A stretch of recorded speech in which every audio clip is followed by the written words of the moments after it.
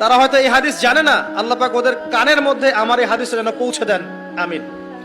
নবী সাল্লাল্লাহু আলাইহি ওয়াসাল্লাম বলেছেন, আমি মেরাজের রাতে যখন গিয়েছি তখন এক শ্রেণীর মানুষকে দেখেছি, ওদেরকে শাস্তি দেয়া হচ্ছে। কি শাস্তি? জাহান্নামীদের রক্ত এবং পুজ ওদেরকে খেতে দেয়া হচ্ছে। জিবরাইল আলাইহিস সালামকে জিজ্ঞাসা করা হলো যে এরা কারা? তিনি বললেন, এরা আপনার উম্মতের সেই সব ব্যক্তি যারা মাদকদ্রব্য সেবন করত। আল্লাহ রাব্বুল আলামিন তার হাবিবের মাধ্যমে জানিয়েছেন, যখন কোনো মুসলিম মাদক সেবন করে বা কোনো ব্যক্তি মাদক সেবন করে তখন 40 দিন তার নামাজ কবুল হয় না। এরপর যদি সে তওবা করে তাহলে আল্লাহ পাক তার তওবা কবুল করবেন ইনশাআল্লাহ। যদি সে আবারও মাদক খায় তওবা করার পর, আবার 40 দিন তার নামাজ কবুল হবে না। যদি সে আবার তওবা করে আল্লাহ পাক আবার তাকে মাফ করে দিবেন।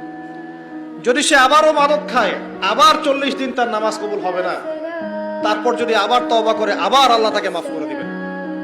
এরপরেও যদি সে আবার মাদক দ্রব্য সেবন করে, নবী সাল্লাল্লাহু আলাইহি ওয়াসাল্লাম বলছেন তাকে আল্লাহ রাব্বুল আলামিন পরকালে মৃত্যুর পরে তিনাতুল খাবাল পান করাবেন। তিনাতুল খাবাল। জিজ্ঞাসা করা হল, ইয়া রাসূলুল্লাহ, তিনাতুল খাবাল কি জিনিস?